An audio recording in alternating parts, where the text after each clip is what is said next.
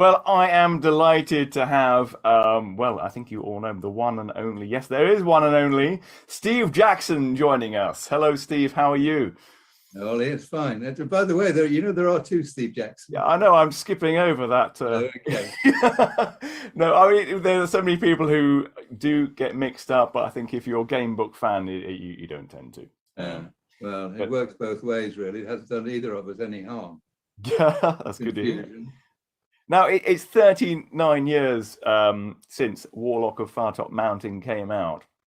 And who'd have thought that 39 years later we'd still be celebrating it, and there'd be the Certainly not International Game me. Book. Yes, well, this is what I want to. We kind of know how it came about, but I want to kind of try and take your memory back to the day it was launched and your feelings and expectations when it did. Did you think it was going to be a success? Do you think it was going to be a one-off? Did you even think it was going to be a flop? I mean, what were your thoughts at the time? Well, at the time we were just proud to. I mean, I was working from an office in Richmond, Surrey, and next door was a small bookshop, like a local bookshop. It wasn't a Waterstones or anything. And on the release date, which I think was 22nd of August, I remember going in there and thinking, I wonder if she's got them in stock. No, she probably hasn't. No. And there it was. I got in, I got to the children's section, right down at the bottom, buried with all the others, was a copy of Warlock of Firetop Mountain. And that gave a big buzz just to see it there. But you still don't know how it's going to sell. And it occurs, how many people are going to see this at the bottom shelf in a small bookshop? Yes. But luckily enough, people did. You didn't move it to the top of the shelf. Yeah, I moved it up. There was a spine on, and that was a thing that you just did. Always a face on.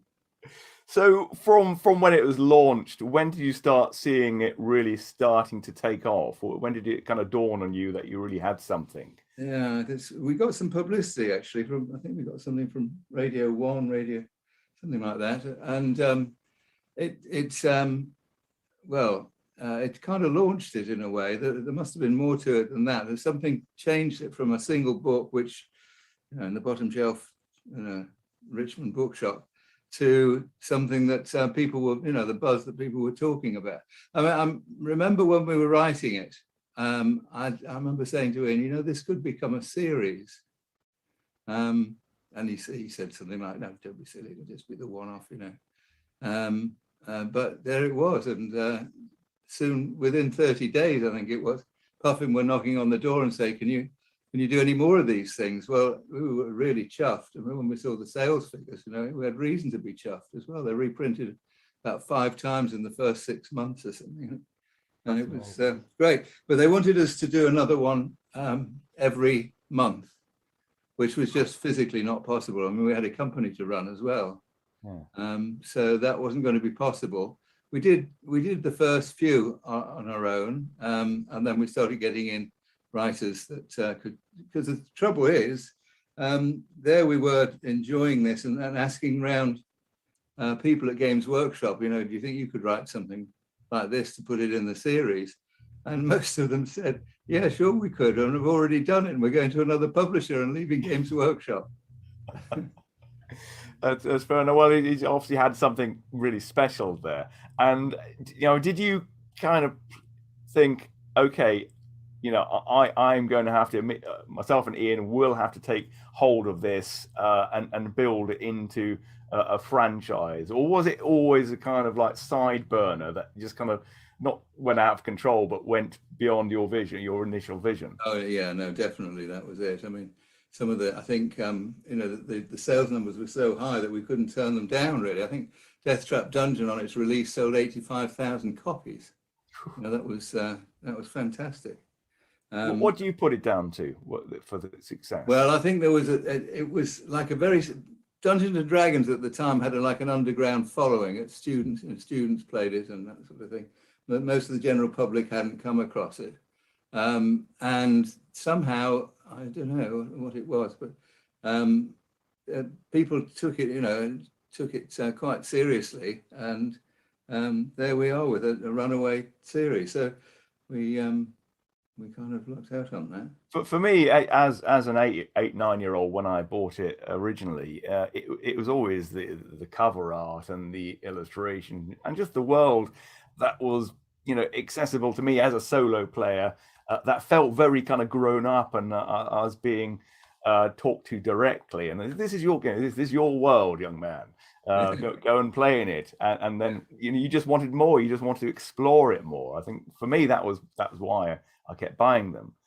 Yeah, And it was the way that you wrote for a large age group. It wasn't written down to children, and it wasn't.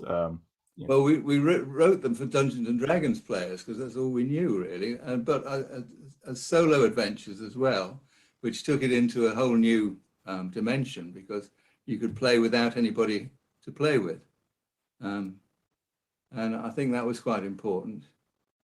Yeah. And right, I happen to have a lot of questions from the community. Okay. So we'll get through as many as we can, because I know they've been waiting to question you for some time. But the first one we have is from Rob Crew, who says, what game idea or book, RPG, whatever, that never came to light do you most regret never having developed or wish you could have done so? Gee, what we were doing was at the time was going through, there were areas of fandom, and it was fantasy, science fiction, superheroes, comics, what else? Pirates was another one. And all these different genres were being converted into role-playing games. And we just did the same with game books, really. We never did a pirate's adventure. Well, there was a fantasy pirate adventure. Yeah. I think. But do you feel like you developed all the ones you wanted to at the time, or is there still something you want to work on that you haven't yet touched upon? Well, I wouldn't mind doing Sorcery 5 sometime. Oh, that will please a lot of people. Right, now Neil Bartlett says, can we please have House of Hell Part 2? And if you did, where would you take it? I mean, House of Hell is another particular favorite because it was, really quite horrible, and mutilations and hanging bodies. Oh yeah, and, it's a great read. What would you do if you had the opportunity to write a sequel to House of Hell? Well, I suppose the thing about House of Hell is that it wasn't like a great original concept. It was just taken from the 1960s sort of Hammer horror films, and they were standing. There's a vampire and there's a werewolf and the spooky house. So I started off with the spooky house, and it was similar to what you'd find on films and in magazines. I was an avid reader of a magazine, American magazine called Famous Monsters of Filmland, and once a month I'd go to this seedy little porno magazine shop near Oxford Street in Manchester, and get the latest issue. And I wasn't interested in the porno stuff, but I'm certainly, as far as coming across plots for horror, that's where they all came from. Did you have an idea, let's say it was a movie, House of Hell, was Earl Driver Christopher Lee, or was he more Vincent Price? Did you have someone in mind when you wrote? The two of them, indeed, yeah. They were perfect as the heroes and anti-heroes and things. Yeah. Right, now, James Cale says, what's it been like reliving Fighting Fantasy through the 3 so far fests? And have they changed your perspective or outlooks on life? What are your hopes for Fighting Fantasy Fest 4? No, well, this came out of the blue, really, Fighting Fantasy Fest. Not sure who thought about trying it out, but it was a big, fingers crossed, is this going to work? Are the Fighting Fantasy fans too old to go to conventions these days and things?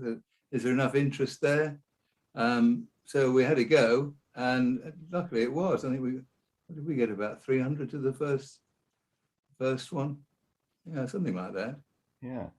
I think what it has also done, it's reignited it. I think it's reinvigorated the community, certainly. Now that everyone will meet each other, and certainly online, now we all know what we look like, and You know, I think it's made everything a bit closer, and also encouraged more authors to kind of put pen to paper. So International Game Book Day, how did that come about?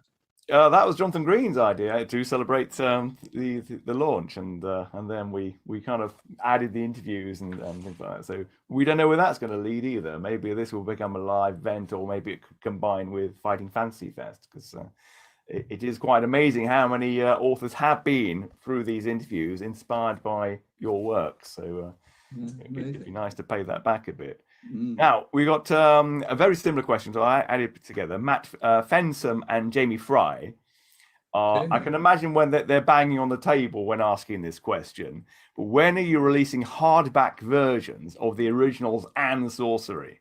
Yeah, I wish we could do that, really. Icon, when Icon were publishing the books, they were quite adventurous. They're willing to try things out. And one of them was a sort of a classy version of the game books, going through from one with hardback books. And I thought they were the best looking, the best looking ones of the entire series, really, all the different editions. So and I think Jamie would know about this, but the prices on eBay are going up on that particular edition, the hardback. But I thought it was great. There was a bit from Ian and I. There was a way to get through the Warlock's maze, and if it was down to me, I'd like to see. Actually, Ian did a hardback book for the last Fighting Fantasy Fest, didn't he? With Ian McKay cover, which was. I think there's something about hardbacks. It's just it's just nice to hold, and it's more it's just a nice display copy. And I think people can imagine. I don't know where they'd find room for them if they were all hardback, to be honest with you. But certainly the Sorcery series will look rather fantastic, especially if you have number 5 written as well, Steve. No comment. Yeah. Okay, now this is an excellent question. Actually, there's 2 excellent questions. William Morgan says, are you planning a new book for the 40th anniversary of Fighting Fantasy? Yes. It's well, I can't really say a lot about it now, but I've been working on one for some time. Hopefully it'll be ready by the Fighting Fantasy Fest 4. And having some fun with it, really. I remember the long hours and using an old proper typewriter, banging on the keys in those days. It's coming back to me, except thank God we have word processors. Yeah. Is the process apart from that very similar, or have you streamlined it now? It's finding the one true way. I mean, that, and making it accessible but not too difficult. Actually, there's different opinions on this. Some people used to like. I always thought Creature of Habit was the most difficult one that I ever did, and you had to learn a language and all kinds of things. But people seem to lap them up. The more difficult they were, the more they felt a sense of achievement when they solved them. Yeah. Are you consciously writing, for the fans, or are you thinking, actually, I'm going to try and write as I did when I first wrote them? I think we learned a lot since the first editions. I mean, things like the Maze of Zagor was there had to be a maze in there because there was a maze in every Dungeons and Dragons adventure, and I think that was a bit tough, that one, and a lot of people fell by the wayside on that, but it was difficult to cheat on it as well because there were all these transporter chambers, and you could disappear from one and reappear in another, and you didn't really know where you came from. So that one was a bit too difficult, perhaps. But anyway, what the hell, people seem to like it. People like a challenge. I think if it was the one book, maybe, but because there's so many, they can kind of go, right, that's a hard one. Let's try that one at another stage. Right, now we have another question from James Spearing. And obviously you're writing one at the moment, but if you could choose another guest author to write a Fighting Fantasy book, assuming Michael Moorcock and Neil Gaiman were busy, who would you choose and why? Well, are you allowed to pick somebody who's not alive anymore? Because I'd go. Yes, why not? Yes. Tolkien has got the inspiration for all this stuff goes back to Tolkien, and from that was Dungeons and Dragons, and from that was game books. But so I'd like him to make a guest appearance, please. That'd be great. Okay, yeah, we'll arrange that then. Okay. Now, Richard Penn Warden says, how about asking Steve about the role-playing sessions at Games Workshop? Because there was a recent video that was circulating around showing that. And any interesting anecdotes or inspirations that fuel set pieces in the books? Okay, well, I think that the odd one there was, and this would go back to the last question as well. Ben Elton came along and did he had a program called, I can't remember what it was called now, but it was basically oddball stuff. And he did something on Dungeons and Dragons paper, and then he went to a LARP site and had some fun there. But were there any sort of situations from the role-playing sessions that ended up in the books? Well, I can think of one that actually sort of, there was a very clever one, because Albie Fiore was our games master, sadly passed on now, but his dungeons were fantastic. And I remember there was one particular trap, whatever you want to call it, is that when you arrived in the dungeon, you came across this, you rubbed, I don't know, rubbed a magic lamp or something or other, and this like leprechaun type creature arrived. You had to, and there was a sign that said for service, please ring for service, or something like that. Yeah. And then if you rang the bell, then this leprechaun type creature would suddenly appear, and he'd say, "What's my name?" And of course, you didn't know what his name. You had to go on this expedition to try and find out what this guy's name was. And it turned out in the end, we were all going, "Oh," moment, because the name of the character was Service. Of course. Yeah. That's great. Now, this is actually very similar from Jam, who says you played D&D with all of the, well, many stars, including Gary Gygax, Ben Elton, Andrew Lloyd Webber. He asks, who was the most famous and best at it?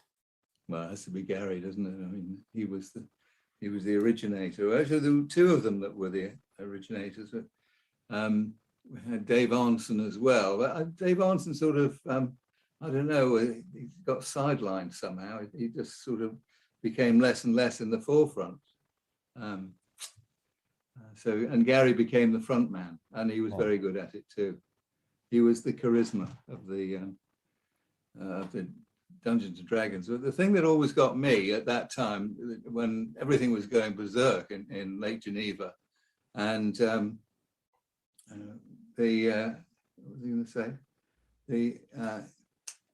No, I lost my train of thought now. That's okay. I mean, Gary Gygax, how did that come about? I know you obviously distributed it for him, but did he demo it for you before you started selling it? No. He wrote. Actually, it wasn't him. It was his business partner Brian Bloom that got in touch with us. Games Workshop was a fledgling.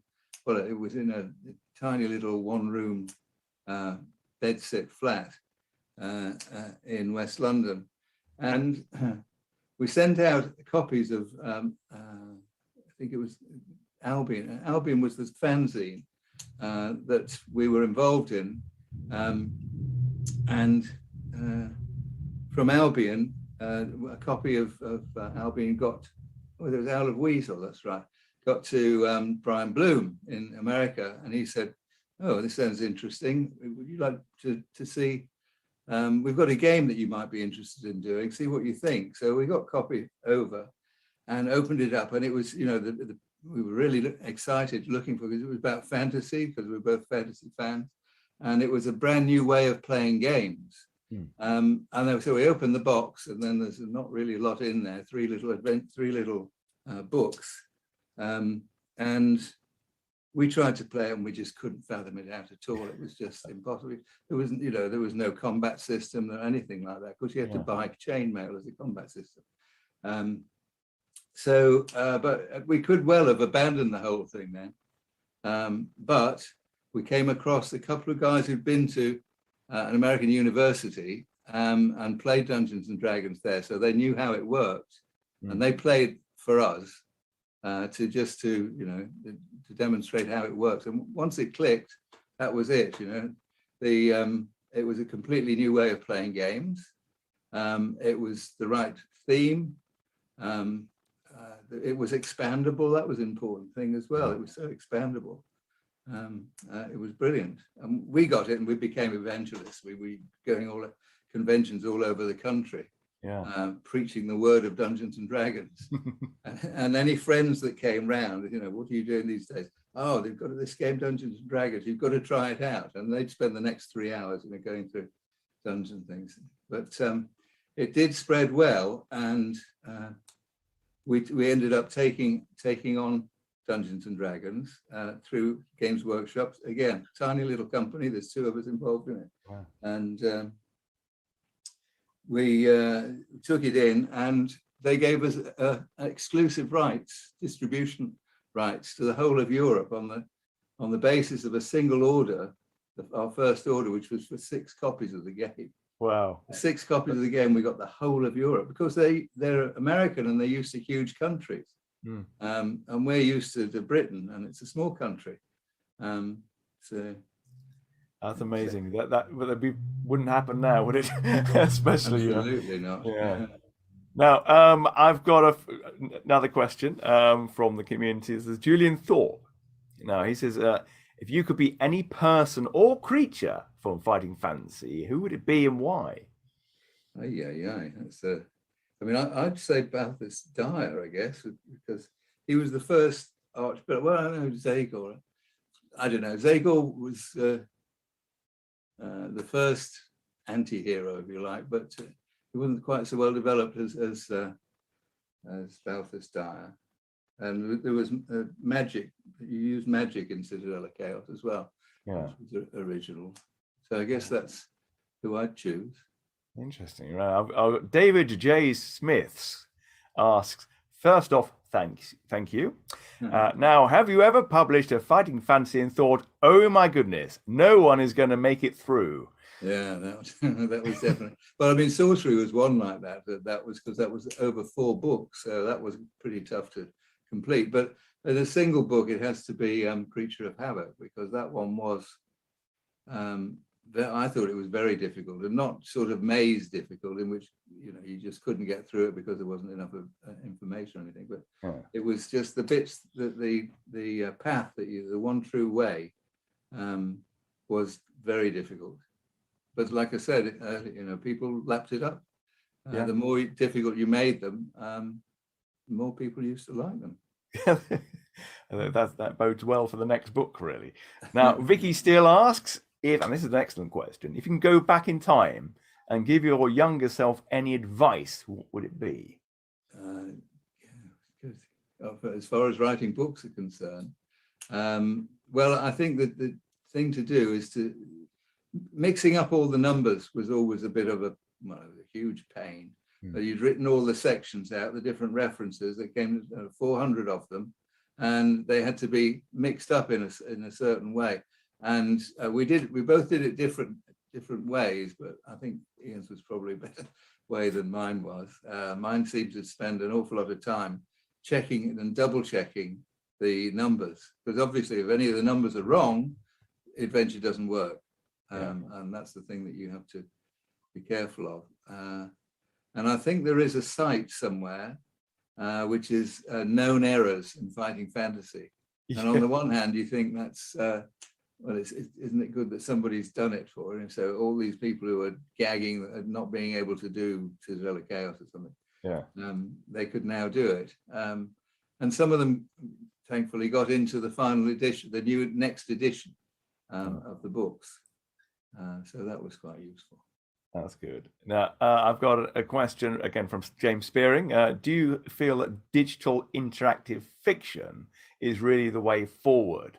Or does the paperback format offer anything else that still interests you? Well, yes, it does. Because of the original way of doing it. And I always thought that when people started doing digital versions of the books, what does that offer to them? Because I remember the first company that did company in Birmingham, I think, who had distribution rights to certain, I don't know, US developers, and they wanted to do a version which was, as far as I could see, I didn't know why. It was just the text as it is, with a little digital picture on the top. And for that, the books were about 125 at the time, and these things were 15 quid. And why would people spend all that extra when it's much more convenient on paper? Yeah. But I don't think they lasted that long. But people were, the whole digital era that was coming up, people just liked it for what it was, including game books. And you had Fist out, didn't you? Which was very kind of interesting for the time. And how many years ago was that? That was 30 years ago, wasn't it? Wow, 89, I think that was. Yeah. 89 Fist. Would that ever be done now? Could that come out on an app or something that could be reissued? Yeah, I mean, it could do. But the thing is, as far as digital adventures are concerned, you need more than the content of that we had in Fist, for example. It was fine for the time, but it was further and further developed. They got more and more complicated. But I have to say, there are things that you can do on a digital version that you can't do on a paper version. I think both are equally valid, really. Where can you see sort of interactive book fiction going? Obviously, there's a lot of more authors out there now, and obviously the fans who are reading them at 8 are now producing them worldwide. But where can you see it leading in, let's say, another 40 years' time? Well, you've got the content, really. There's the thing that's unique about them, because the coding and the physical distribution, digital distribution, will always be an advancement. But I don't know. I think. Hopefully books will still be around. Now, finally, I'm just going to ask you about your background there, your huge array of games. Are there ones that get used more often, or some? I won't ask which ones you've never played. Do you play most of them, or? It's a bit like when you buy books. You give it a few pages, and you might connect with it, you might sort of enjoy it or not. And the same is true with all the games here. I wouldn't say I've definitely not played all of them, but there are a good selection that I've played. I started collecting, the Spiel des Jahres, the Board Games Award. Have you come across that? Yeah. Okay. I started collecting those, and I've probably got about 20 or something. Wow. 20 or 30 of individual ones. Is there any particular game you're playing at the moment?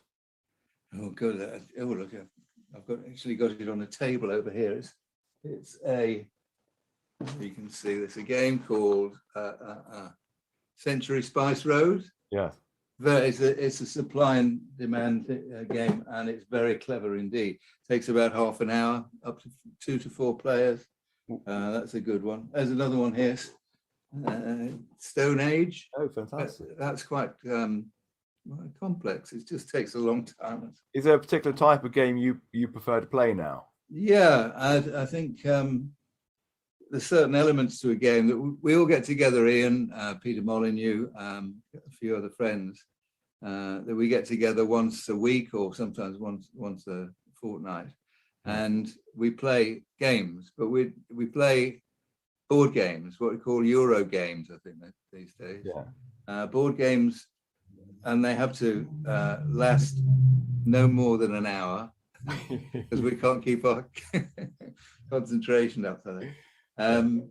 They all got to have good components as well. We look for quality of components, but every so often you come across something that's a real gem, and it becomes flavor of the month for a few months. Actually, Century Spice Road has been there for 6 months, I would say. Oh wow! Okay, I can see a a rush of orders now. Well, Steve, thank you so much for coming along and chatting to us today. It's been a real pleasure. And yeah, hopefully, if all goes to plan, we'll see you at Fighting Fantasy 4, whenever that may be. And Yeah. hopefully, we'll see a gleaming new book from you as well. And you know, thank you again for all your time. And now, do you have any sort of social media? Anything you want to plug at the moment? Anything you've brought out, or you? Yeah, Fighting Fantasy Fest 4 is a good one to plug, I suppose. Excellent idea. Well, again, thank you so much. Okay, Ollie. My pleasure.